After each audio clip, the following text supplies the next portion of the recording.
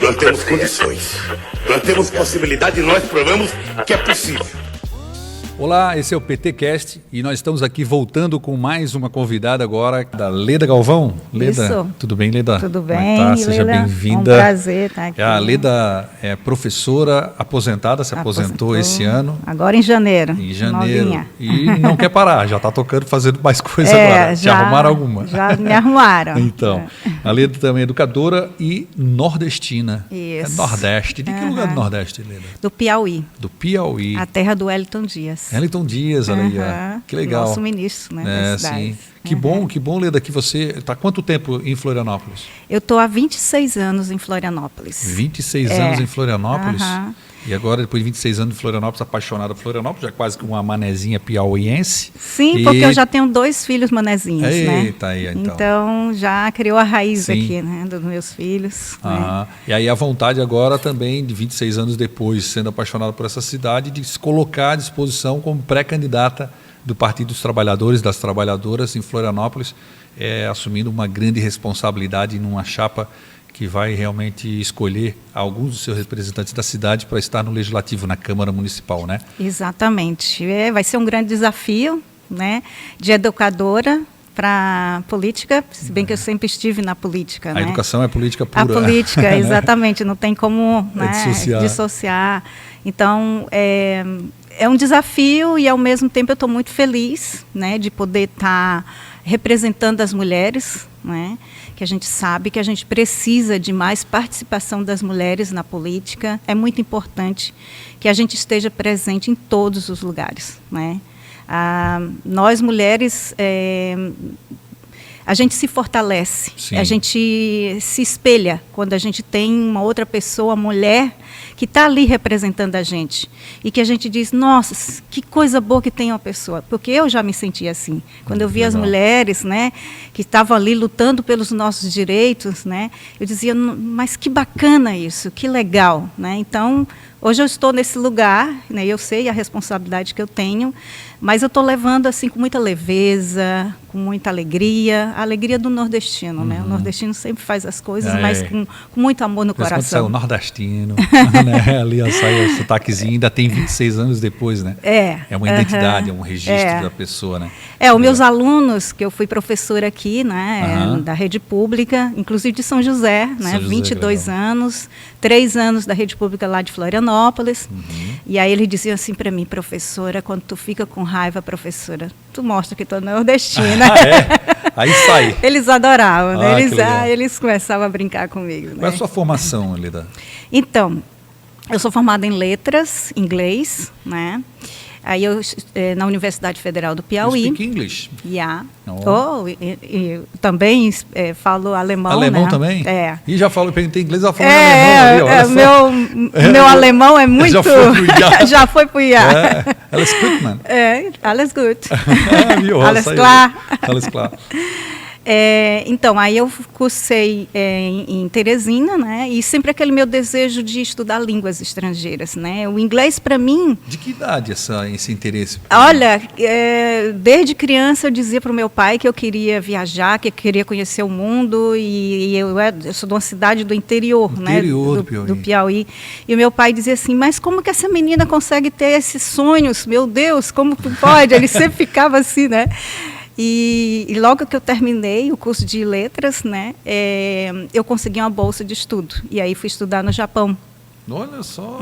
Então também sabe falar japonês? Sukoshi dake. Meu Deus do céu, vocês estão vendo isso? Senhor. E aí fui para o Japão, consegui a bolsa, né, que até hoje essa bolsa é oferecida. Eu fico muito feliz, né, até fiz parte lá do Piauí, da comissão que manda os estudantes para o Japão, né.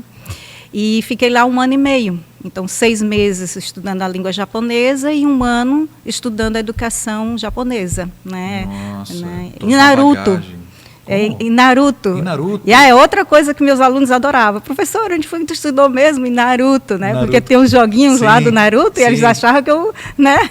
Olha só. Mas é uma ilha pequena dentro de Tokushima, de outra ilha. Né? Então, é uma ilha universitária, só de educação. Nossa, né? Que experiência, hein? Fantástico, fantástico. Eu fui estudar o sistema educacional japonês. né? E eu trouxe muita experiência, muita que legal. bagagem, né? E fiz a especialização, e era para eu ter feito o mestrado, meu professor ofereceu, né, para que eu fizesse o mestrado, mas eu já queria ir para outro país. Meu Deus, eu tinha 20, eu fui para o Japão com 25, voltei com 27, né, então eu já tinha um sonho de ir para a Europa e estudar outras línguas. Né, então, Você foi também? Sim, aí voltei para o Piauí, fiquei 6 meses e me preparei para ir para a Alemanha.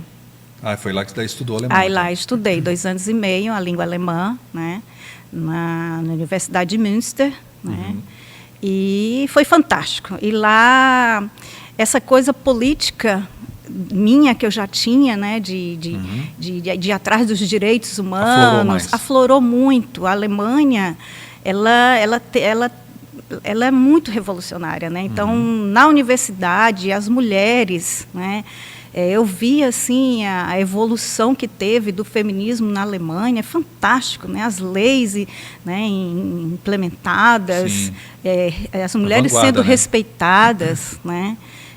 Eu tive um professor que a mulher dele teve um filho, né? Eles tiveram filho, e aí ele disse para nós, olha, os 3 primeiros meses a minha mulher vai ficar amamentando, os outros 3 eu vou ficar em casa e vou cuidar do meu filho. Eu achei isso fantástico. Olha isso. Porque eles têm 6 meses, então eles podem, né? Podem trocar entre eles. Então tudo isso aí é muito interessante, assim, em termos assim, da mulher, né? Da independência da mulher. A mulher pode ficar 1 ano afastada do trabalho, né? Para cuidar do filho. Então, e isso foi nós estamos falando de Alemanha. Aí quando tem um benefício que é colocado para a trabalhadora mulher no Brasil, cai de pau em cima, dizendo que é um absurdo. É um absurdo. Aí tem, às vezes, deputadas aí que falam que não precisa de licença maternidade, tem que levar o filho para o trabalho junto. Mas quando é fácil, quando é rico, quando tem babá, quando tem uma rede de apoio grande, aí tudo bem. Mas agora, quando não tem o trabalhador, trabalhadora que se esfola o dia inteiro para poder se sustentar, falar um negócio, tirar um direito desse. É um direito, né? E lá na Alemanha é normal. Eu já estive na Austrália também, que visitei alguns lugares lá que o governo ajuda, incentiva para que os pais possam ter realmente esse convívio, principalmente no início da idade das crianças, para poder criar o afeto, criar o vínculo, né? Que é importante demais. A questão de saber cuidar também, né? Para não estar só na obrigação das mulheres, né? Nós estamos agora lutando, né? Quando a gente vê um monte de homem abandonando as mulheres, quando a mulher está grávida. Exatamente. A quantidade de mães solo que a gente tem no nosso país, na nossa cidade, é incrível. Assim, nas minhas redes sociais, de vez em quando eu vejo algumas mães solos que fazem algumas campanhas relacionadas justamente a dificuldade que elas têm por não ter uma rede de apoio. Não ter um espaço para que a mulher uma situação possa complicada. Pelo menos levar os seus filhos, né, enquanto ela pode... Por isso que é importante políticas públicas, né? Exatamente. E eu acho que isso te motivou, então, motivou bastante. Para o campo político. Nossa, eu participei bastante na universidade, né, de Münster, lá sobre os debates, né? E eu sonhava com isso no Brasil, né? Então você vê que as políticas públicas que nosso governo federal, o Lula, implementa, não é? São políticas que todas as mulheres deveriam saber, todas as mulheres deveriam estar, né? Temos um ministério, né? Tem um ministério, né, das mulheres, né? Já para respeitar realmente fazer as políticas públicas que mais importam para elas, né? E aí nós temos a questão das mulheres que cuidam, né? Das mulheres que cuidam dos idosos, que precisam também ser remuneradas. Quem cuida, né? São atividades que a gente chama de invisíveis, né? Que são mulheres que se dedicam o dia inteiro, né? Agora, né? O meu filho foi lacinho, né? O meu filho diagnosticado com autismo e eu sou cuidadora dele. Então eu me dedico muito a ele. E são atividades que as mulheres, muitas mulheres hoje no Brasil estão se dedicando e que nós temos que lutar para que elas tenham direito também à remuneração, né? Porque é um trabalho. É um trabalho muito difícil. Nossa, né? imagina. Lidar com o próprio trabalho. Por isso que eu quem é que cuida de quem cuida, né? Exatamente. Então nós vamos lutar, né? Nós temos que. O nosso governo luta para isso. Então, falando até nisso, como o podcast aqui é do PT, é o Fala PT, a gente tem umas coisas boas que nos orgulham em relação ao partido, de que, do ponto de vista de leis, né? Tipo, as donas de casa, de serem reconhecidas como trabalhadoras. Isso incomodou muito. O Lula esses dias ainda falou que grande parte da elite não gosta do PT, porque o PT foi defender as donas de casa, que quis dar a carteira assinada para a dona de casa, aposentadoria para a dona de casa.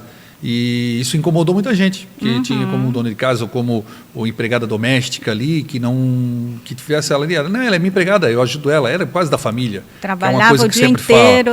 Então, assim, com a relação de trabalho, muitas vezes degradante, até por conta do ponto de vista de uma exploração de trabalho, né? A pessoa às vezes acaba se acomodando não sabendo que ela teria outros direitos, enfim. Mas é uma revolução também, do ponto de vista de políticas públicas para as mulheres, feita por um partido, que é o maior partido da América Latina, e a gente tem o orgulho de fazer parte disso, né? E, Leda, como é que começou a tua história daí de política, de gostar de política, para o Partido dos Trabalhadores e das Trabalhadoras? Então, quando eu estava em Teresina, eu já estava interessada também na política, né? E na década de 85, né, que a gente começou a nossa Constituição, né? Sim, olha, e aí essa aqui é a nossa Constituição brasileira. Aprender a Constituição é fundamental, né, para o nosso país, saber das nossas legislações. Então isso me interessou bastante, eu me envolvi bastante, né? E fiquei muito feliz com tudo isso. Eu era jovem, né? Estava com meus 17 anos, né?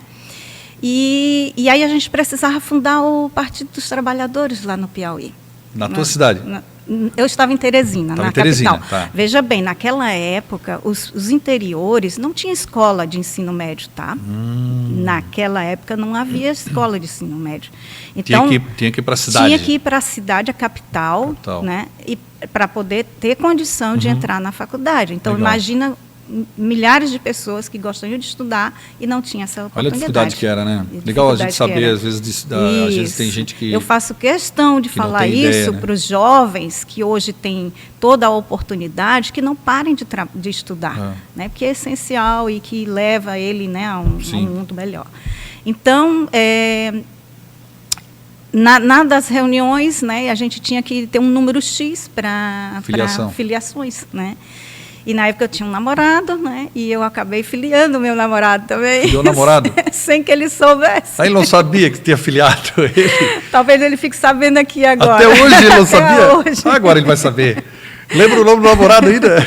Não vamos falar para não ninguém pesquisar nas redes sociais. Senão vão pesquisar e vão falar, tá aqui o vídeo, tu tá filiado do Partido dos Trabalhadores. Então, na época, filiou ele também. Aí filiei ele e um certo dia chegou a carta de filiação, porque na época chegava a carta de filiação, né? E eu estava lá na hora. E aí eu não podia falar nada. Eles, não, pai, mãe, eu nunca me filiei, que história é essa? Não sei o quê. Não é nada, não dá bola, já foi. E são conseguiram na época? E conseguimos, né? E na época era o Wellington Dias, Dias. Era uma carreira incrível na política. O Fontanella, né? O Fontanella, que hoje é o pai do nosso governador, né? De lá. E o PT se construiu assim, né, Lila? Eu tenho muito orgulho, porque se construiu com a força da nossa maturidade, do nosso conhecimento, da nossa vontade de ter um Brasil para todos, né? De trazer igualdade para todo mundo, né? Então, quer dizer, você vai estudar num país que você percebe que todo mundo, né, consegue ter as suas coisas, tem igualdade social, e você volta para o seu país e você diz, poxa vida, eu também quero isso para o meu país. É justamente assim que a gente pensa, né?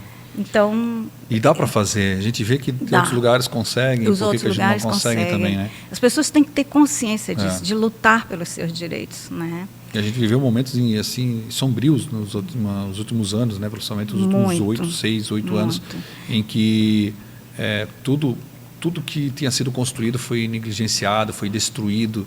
Isso desanimou muito no ponto de vista do fazer política e resgatar uma grande vitória que a gente teve com o presidente Lula na última eleição, com uma dificuldade tremenda, com tudo que foi feito, com todos os esquemas, o aparelhamento do Estado, durante as eleições, as ameaças de virar a mesa, os ataques posteriores à vitória do Lula e a tentativa de golpe, que agora está cada vez mais claro, no dia 8 de janeiro. Sim. Isso demonstra realmente para nós que muito mais importante do que nunca é a gente estar mais próximo à política, está discutindo constantemente, Sim. está em eterna vigilância para que a gente não perca, não se acomoda, não perca a oportunidade de estar dentro de um partido político forte, como é o Partido dos Trabalhadores, que é o maior da América Latina, um dos maiores, do mundo hoje, e que a gente possa realmente estar nessa vigilância, fazendo para a população, demonstrando para a população o quanto a gente pode fazer por eles. E que realmente só através da política a gente pode fazer. Claro que é muito difícil no ponto de vista num mundo hoje globalizado, na tecnologia, né, que a gente vê a fake news prevalecendo, as pessoas no negacionismo, informações truncadas, as pessoas não querendo se informar de verdade. Quando vem a verdade, elas têm a verdade delas e não vale a verdade que é verdade. Então, criaram uma verdade paralela, um mundo paralelo. Então, é triste de ver isso na política e desanimador. Mas a gente não pode parar, a gente tem que continuar e também ser versátil, buscar realmente se renovar, também buscar acompanhar esse desenvolvimento para tentar buscar quanto mais pessoas tiverem ao nosso lado para saber que a gente tem um exército cada vez maior e que a gente possa continuar lutando, né? Não tem, é através da política, não tem outro jeito, né? É através da política. Esse grande desafio de mostrar para as pessoas que através da política, sim, que a gente constrói um novo país. E as mulheres na política. E as mulheres. Então, como você falou, né? Então houve um desmonte muito grande. E nós, mulheres, né, fomos muito ameaçadas, muito perseguidas. Então, houve toda uma trajetória que o nosso presidente construiu antes e um desmonte nesses 4 anos. Né? E a gente precisa reconstruir tudo isso. A forma como o presidente Bolsonaro tratava as mulheres. As mulheres. Como ele tratava com indiferença, falando que não tem que ganhar igual o homem de jeito nenhum. Cada fala assim que a gente não vale nem... da transfobia, a questão do LGBTQIA+. Não, é impressionante como ele... E todos nós estranhamente pessoas, juntou né? pessoas em torno dessa narrativa. Isso que é triste. Mas aí a gente precisa mostrar cada vez mais, continuar lutando, mostrando que é da importância do respeito, né, acima de tudo, né, que a gente não tem hoje. Nós temos que respeitar as pessoas como elas são, Sim. Né, como elas gostam de ser. Né, amar, né? Amar as pessoas, né? Esse é o primeiro mandamento. O primeiro mandamento, né? Então tem tanta gente que até da igreja, uns aos que é de outros, certas igrejas, né? que falam que tem que perseguir essas pessoas. Sim, mas ao eu contrário não entendo de que isso, né? propriamente até mesmo quem acredita e segue os ensinamentos da Bíblia, de que realmente Jesus Cristo era um grande revolucionário. E se ele fosse hoje, estivesse hoje aqui, estaria pregando ele de novo na cruz, porque não é possível, ao ponto de que as pessoas têm, muitas pessoas hoje têm esse pensamento com o próprio presidente Bolsonaro, que já hoje não está mais na cena, mas infelizmente a gente tem que falar porque ainda é forte as ideias que ele deixou, porque na verdade ele virou um representante dessas ideias. E a gente viu a força que isso tem. Não é um problema só do Brasil, é um problema mundial, mas que a gente precisa enfrentar com uma boa política, com a política do amor, com a política realmente do respeito, com a política do entendimento, da justiça social, de que a gente tem que buscar contemplar que todos possam fazer parte da roda de uma economia, como já tivemos a oportunidade, o governo Lula já provou isso, e eu acredito que foi isso que trouxe ele de novo para essa vitória, e nos dá hoje uma expectativa, uma esperança que a gente possa replicar isso nos municípios, e hoje você tem uma grande missão. Você tem uma grande missão, como mulher, como professora, como aposentada, como mãe, de realmente fazer representar na nossa capital catarinense, como nordestina, a quantidade de pessoas do norte, do nordeste, que tem na nossa cidade, vieram para cá para poder ter uma vida melhor, que buscar a qualidade de vida, ou para trabalhar, ou para ficar com a família, porque a família veio primeiro para trabalhar e o restante da família veio junto. Constantemente eles vêm e a gente quer que eles venham realmente, porque são um povo feliz, um povo alegre, trabalhador e gosta realmente de estar perto um do outro, de estar junto. Isso que é legal. A família é muito importante. A família é importante e a gente gosta de frisar isso, até da importância que vai ter a tua pré-candidatura, nesse período de pré-candidatura, mas lá na frente, no período eleitoral, de estar dialogando diretamente com as mulheres, com os nordestinos. Fala um pouquinho sobre Como é que vai ser isso? Como é que está rolando isso na tua cabeça aí agora? Então, só para voltar um pouquinho ali da história como eu cheguei aqui, né? Então, eu cheguei aqui para fazer uma prova de mestrado. Aí, como você está falando aí da vinda dos nordestinos, da vinda das pessoas, então a gente percebe assim, Florianópolis é uma cidade que recebe pessoas do Brasil inteiro. É impressionante, né? É muito então, cosmopolita hoje. A minha história, ela deve refletir na história de várias pessoas que moram aqui em Florianópolis, São José, na Grande Florianópolis, né? Que são pessoas que vieram atrás de algo, né? Então, eu vim aqui para fazer uma prova de mestrado, né? E aí acabei conhecendo o meu ex-companheiro, né? E a gente casou e tivemos 2 filhos. Então, isso aí começa toda uma história aqui em Florianópolis, né? É uma cidade que eu tenho muito carinho, que eu fui muito bem recebida por todos. Que legal. Graças a Deus, né? Eu sou manezinho, eu lembro quando começava a chegar aí, pessoal muito do Rio Grande do Sul primeiro, e eu tive vários vizinhos do Rio Grande do Sul que nós jogávamos bola junto e tal, a gente sempre falava assim, é muito legal, tenho amigos até hoje, depois vieram muito paulistas também, e muito mais recente agora, Norte e Nordeste, que a gente eu tenho vários amigos também que eu venho trazendo na minha trajetória na Câmara de Vereadores, em contatos que a gente teve com pessoas do Pará, do Maranhão, Acre. É incrível como a cidade se transformou aí. E a gente fica feliz com isso, com o pessoal que a gente conhece, que é um pessoal que vem realmente pelo carinho da cidade. Né? Eu estou muito feliz, né, em saber que eu posso também representar o povo nordestino aqui. Né? Tem muito preconceito ainda também, né? Tem muito preconceito, infelizmente. É uma tristeza, né? O preconceito já diz, né? É uma coisa que você tem antes do conceito. Então, você primeiro deve conhecer as pessoas. Né? Porque também tem muita gente do Sul morando no Nordeste. Sim. E você não vê esse tipo de comportamento lá. Ninguém ameaça as pessoas lá. Nós abrimos as portas, nós convidamos as pessoas, nós dançamos juntos, nós sorrimos juntos, nós ajudamos as pessoas. E tem muitos políticos daqui que também estão lá. Né? Então, é Brasil, é o nosso país. E eu me orgulho muito do nosso país, dessa diversidade, né? Da gente poder estar, né, em qualquer lugar que você queira, em qualquer lugar que você se sinta melhor, ou que você queira adotar como seja a sua cidade. Né? E os nordestinos, eles trazem essa harmonia, essa alegria de viver, né, de estar juntos. E nós vamos fazer uma campanha, uma pré-campanha, né, agora, com esse olhar positivo, alegre, festeiro, né? A gente gosta de enfrentamento também aos preconceitos, né? De enfrentamento, é claro. Não dá para admitir. Mas uma coisa que não seja, né? Que tenha que bater, não é assim que a gente enfrentar nas ideias, enfrentar nas ideias, no conhecimento, da importância, né? Da importância da gente amar o Brasil como um todo. Até porque, na verdade, eu costumo falar assim, tem hora que as pessoas não têm a mínima noção do que estão falando. Que são contra, como eu já vi vários comentários de ataques a venezuelanos, cubanos e tal, quando vêm para cá, para o Brasil. Mesma coisa os nordestinos e tal. Então, param para pensar as suas raízes, de onde é que vieram.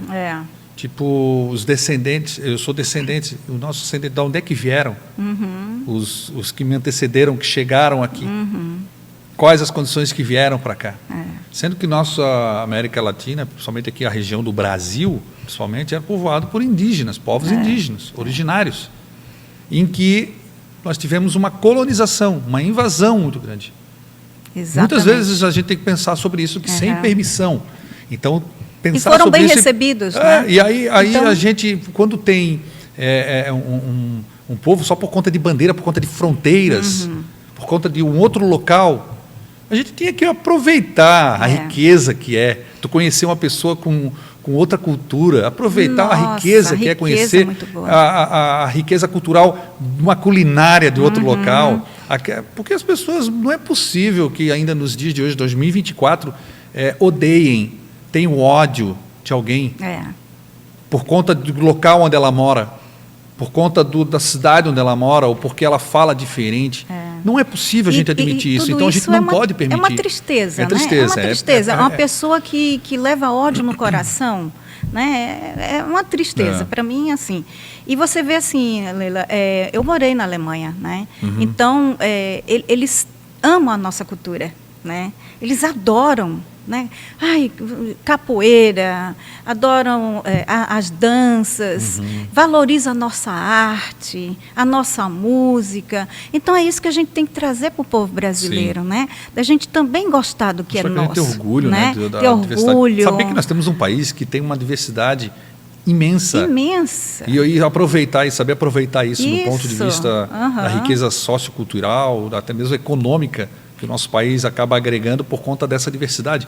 Tanto que a gente mesmo, quando viaja no nosso próprio país, no turismo interno brasileiro, a gente gosta de estar viajando para tudo quanto é lado para poder realmente se identificar com culturas diferentes. Olhar ali, o nosso país. Identificar culturas diferentes, poder absorver o máximo daquilo ali para aprender.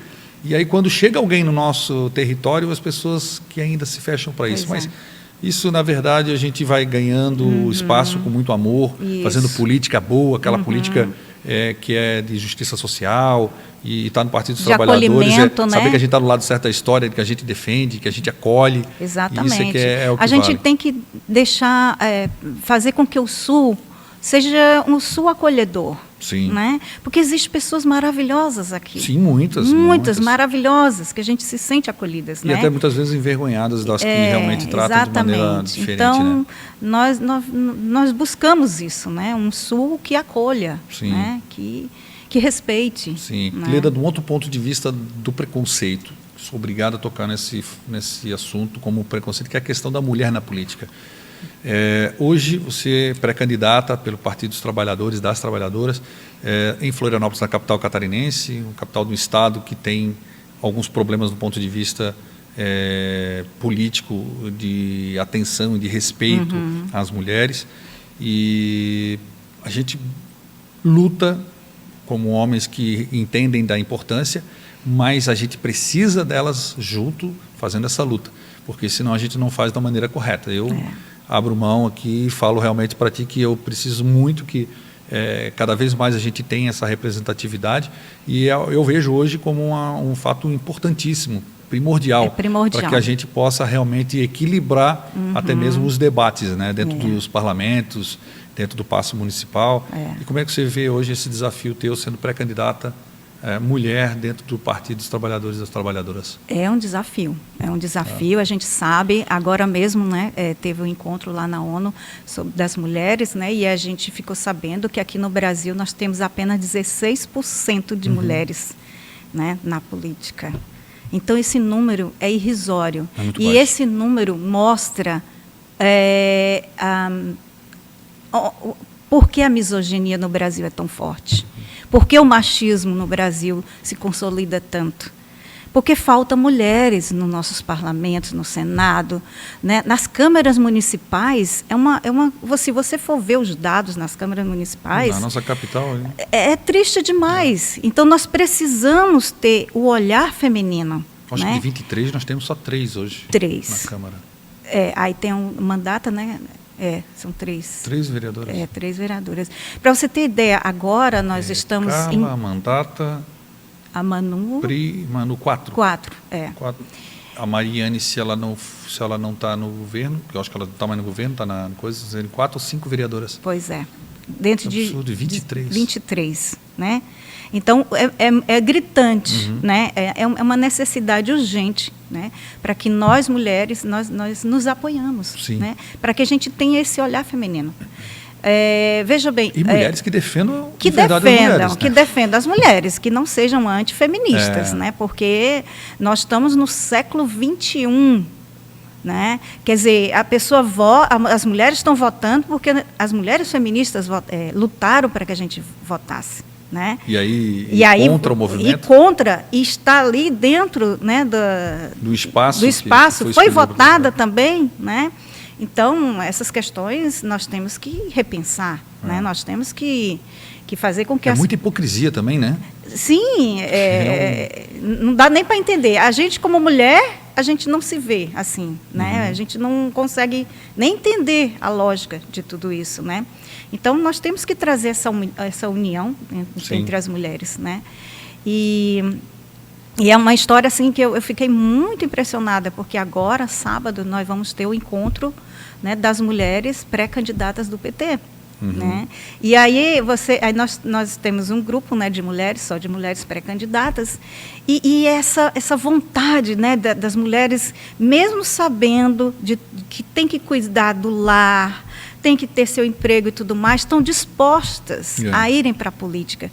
Isso é tão emocionante, isso é tão fantástico, né, da gente ver das mulheres querendo cuidar também do nosso país, né, de trazer aquele olhar feminino, aquele olhar de cuidado, né, que às vezes o homem não percebe mesmo, né, não percebe porque a nossa sociedade é estruturalmente machista, né? Então nós temos que estar toda hora quebrando, né, Eu procuro diariamente fazer isso. Diariamente eu faço exercício de buscar realmente ver como é que eu tratei, de que maneira que eu falei, de que maneira que eu agi, se a minha atitude foi uma atitude machista e tentar corrigir. Tem que ser diário isso, porque é estrutural, é cultural. A gente está no canal de televisão, na partida de futebol com os amigos, é no grupo de primos, é no grupo da família, é no grupo do trabalho. Então, se a gente não fazer essa vigilância e essa autocrítica constante a respeito da forma que a gente atua na sociedade, a gente vai publicar, vai agir, vai compartilhar de uma atitude machista. Então, mas imaginem um dia o nosso país, nas nossas câmaras municipais de todo o país, a gente ter, né, metade mulheres, metade homens, se nosso Brasil não ia crescer. Eu não tenho dúvida. Se o nosso Brasil não ia pensar diferente. Eu não tenho dúvida disso. Se o nosso país não fosse mais ser feliz. O jeitinho dela falando que legal, isso aí já demonstra realmente que ela está com uma energia para enfrentar essa pré-campanha e a campanha. É maravilhoso a gente trazer esperança para as pessoas, né? Então, ao mesmo tempo que o período eleitoral é bom para isso. Então, assim, minhas amigas, né, do meu trabalho, de tudo, elas estão muito animadas, né? Então, eu também quero trazer com a minha pré-candidatura essa vontade para despertar nas mulheres, né, que elas estejam sim na política, né, que elas gostem da política, porque na política não é politicagem, é conhecimento, sabe? É transformação. Conhecimento e transformação. É transformação, sabe, de vida, de perspectiva, de amor, sabe? Então, eu estou animada e eu espero que as mulheres acompanhem a política. E uma mulher professora, né? Agora imagina assim, você na época que você foi professora, você falou que se aposentou agora. Isso. Nesse período de profissão pela educação, né? De educadora. Sabe que um período que mais me chamou a atenção foi quando nós tivemos a inclusão educacional. Como eu aprendi. Já pegou essa parte também. Nossa, para mim existe o meu caminho de educador, existe o antes da inclusão e o depois da inclusão. Eu chego a ficar emocionada, né? E tentaram agora recente acabar com isso também. Pois é muito triste, né? A gente esteve presente na luta, né? Inclusive uma das minhas especializações é sobre a educação inclusiva. Então, o preconceito contra as pessoas com deficiência é muito grande no nosso país. Leila, é um desafio muito grande que a gente tem que ter, porque as leis existem, né? E a gente tem que lutar pelas leis para que elas aconteçam. Sejam aplicadas. Mas, na minha pesquisa, o que ficou muito claro foi o preconceito na sociedade, sabe? De achar que as pessoas com deficiência elas não são capazes. Né? E agora, com o diagnóstico do meu filho, né, de autista, eu mostro para ele, filho, olha só, esse é cientista, esse é matemático, esse é isso. Então, as pessoas, elas só precisam de chance, de possibilidades, né? Então, para mim, foi uma maior alegria eu ver o que foi no governo Lula, né, que a gente conseguiu a inclusão educacional, mais uma, né, da inclusão educacional, de trazer essas crianças que estavam na PAI ou estavam dentro de casa, às vezes os pais tinham até vergonha, escondidos, né? E eles estão ali se socializando, estão aprendendo. E nós aprendemos. Nossa, muito mais. Exatamente isso, esse marco. A gente é que precisa se incluir. Na verdade, como a gente aprende com eles. É uma coisa fantástica, né? Agora, no final, esses último mês, eu fui lá, né, fazer uma visitinha, que a gente tem saudade, né? E meus alunos da educação inclusiva vêm me abraçar, vêm me beijar, e eu fiquei assim, ai, que pena que eu... né? Mas chegou a minha hora, né? Mas é um amor incondicional. Sim. É um amor incondicional essas crianças, sabe? E ver que começam de um jeito e terminam fantasticamente. Eles dão uma aula para a gente de civilização, né? de respeito, de tudo, sabe? Foi um marco muito grande na nossa educação, e eu agradeço muito ao presidente Lula de ter proporcionado isso para nós, né? De fazer com que, mostrar para o nosso país que o nosso país tem que ser um país inclusivo. Sim. Né? Que a gente não pode excluir as pessoas, né? Que elas estão ali, nas famílias, né? Os pais sofrem com isso, né?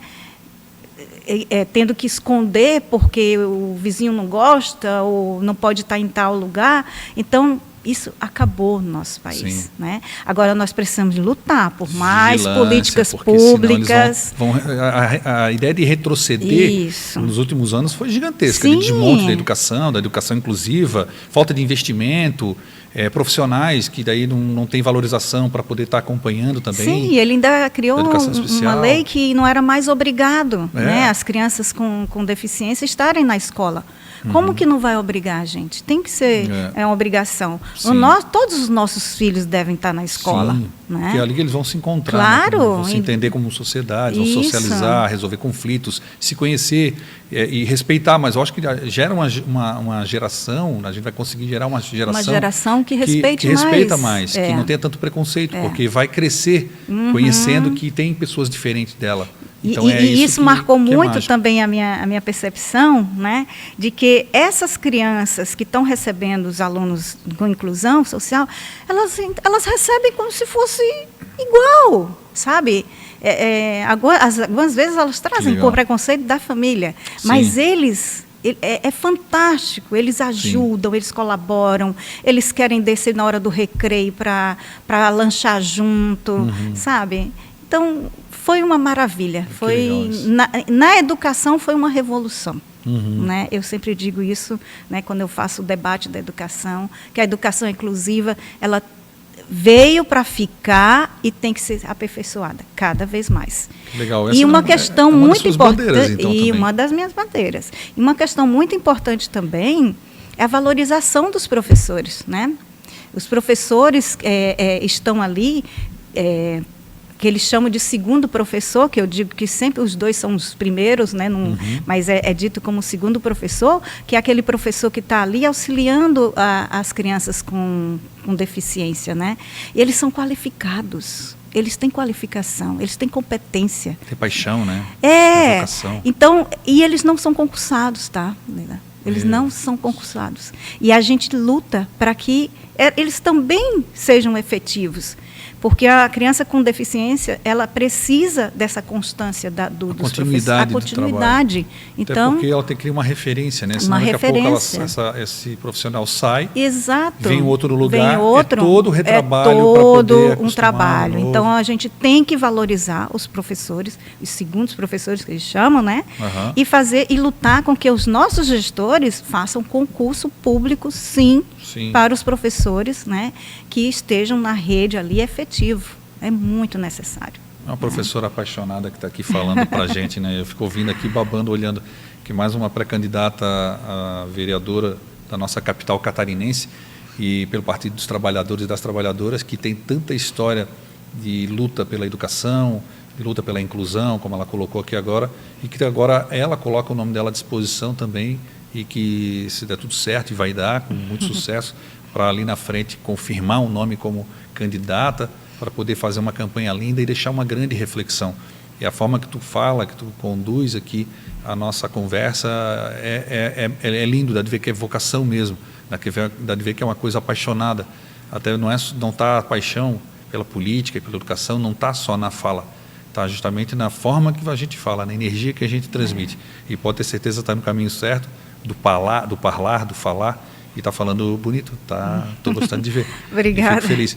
E assim, para a gente concluir aqui, já vi que as bandeiras aí, as mulheres, defesa das mulheres na política, mais mulheres na política, precisamos urgente. Precisamos. E eu estou feliz que a nossa... Que nos defenda. Que nos defenda. E aí, na nossa proporcional do PT, do Partido dos Trabalhadores e das Trabalhadoras, a gente tem aí a nossa ideia de ter metade da chapa de homens, metade da chapa de mulheres. Isso. Então preste bastante atenção aí no período eleitoral, dá uma olhadinha lá, pesquisar sobre os nossos candidatos e candidatas, e eu tenho certeza que vai ser de alto nível, como vocês estão vendo aqui nesse Fala PT que a gente está apresentando. E eu estou vendo que a bandeira então são as mulheres, a defesa dos nordestinos, nortistas e nordestinos que eles estejam onde eles quiserem, bem acolhidos, que estejam onde quiserem e ajudem nessa construção, desenvolvimento da nossa cidade. E assim também, como eu estou vendo aqui, que é a questão não só da educação, mas educação inclusiva. Então são esses três. Então, e dos idosos também. Os idosos também. Mas olha, nós estamos chegando lá. Eu vou falar que a previsão que agora de 2025, 26 até 30, nós vamos ter uma quantidade enorme de idosos. Não só na nossa cidade, mas no Brasil inteiro. E a gente não tem políticas que estejam preparando as cidades para os idosos. Exatamente. Do ponto de vista de todos do andar numa calçada ao cuidado, do idoso. Quem vai cuidar dos idosos? Quem é que vai cuidar de quem está chegando numa idade que precisa de cuidados de atenção? Isso. Então é importante essa bandeira também, muito legal. Tem a Organização Internacional do Trabalho, a OIT, né? Sim. Que é a Convenção 156, que nós do Partido dos Trabalhadores e das Trabalhadoras estamos discutindo, né, das mulheres, para que essa mensagem ela transmita no Congresso e no Senado, para que essas atividades invisíveis, porque eu tenho muitas amigas, né, e meus irmãos também, a gente se reveza quando precisa cuidar dos pais, né, e que elas são atividades que é trabalho, né? Então tem muitas mulheres que esse trabalho poderia ser dividido entre a família, mas acaba que sobra para as mulheres, né? Sim. Então nós precisamos ter esse olhar a partir de agora, né? De como a gente fazer com que ratifique, né? E o Congresso comece a falar sobre isso, a debater sobre isso, e a gente crie políticas públicas, né? Perfeito. Para que a gente resolva também essa parte das mulheres que cuidam, né, dos idosos, das crianças com deficiência, né? Imprescindível. Que legal que a gente tem uma pré-candidata do Partido dos Trabalhadores que está defendendo pautas importantes aqui, que a gente vai qualificando cada vez mais o debate. Isso ajuda muito também o pré-candidato à Prefeitura de Florianópolis, toda a construção do programa de governo que a gente está debatendo, também está construindo de forma participativa. E eu tenho certeza que isso vai surtir um grande efeito, vai gerar uma grande reflexão. Eu costumo dizer que um período eleitoral, Leda, a gente tem uma oportunidade de estar dialogando com as pessoas prestam mais atenção nos políticos, alguns acabam utilizando isso para poder passar por cima e fazer da maneira que eles fazem, enganando, prometendo um monte de coisa, mas na verdade o que é para ser falado não se fala, que é o fundo da questão realmente da social, do desenvolvimento humano que a gente tem na cidade, do bem-estar social de uma cidade, que passa justamente por tudo que a gente falou aqui agora, por educação inclusiva, pelo cuidar de quem cuida. Então é muito legal a gente saber que a gente tem esse cuidado dentro do Partido dos Trabalhadores e das Trabalhadoras. A gente cuida muito do que a gente está tratando para poder levar para fora, levar para a sociedade aquilo que foi junto da sociedade construída, de forma participativa. E assim como essa Constituição foi feita em 88 por muitos nossos petistas, aqui junto no Fala PT, está junto aqui. Isso. Nós temos essa história, né, de participação do povo. Né? A gente vai em busca do povo, do que ele está precisando, do que ele necessita, do que a gente pode, né, estar fazendo junto com o povo. Então, essa pré-campanha também, ela tem essa motivação, né, de estar em contato com as pessoas e que as pessoas também colaborem, né, e que elas também cresçam junto com a gente, né, nessa perspectiva. Que legal, Leda. Quero te agradecer mais uma vez aqui. Obrigada também. A tua oportunidade, tua coragem. Maravilhoso. Mulher, colocando o nome à disposição para a pré-candidatura no Partido dos Trabalhadores e das Trabalhadoras.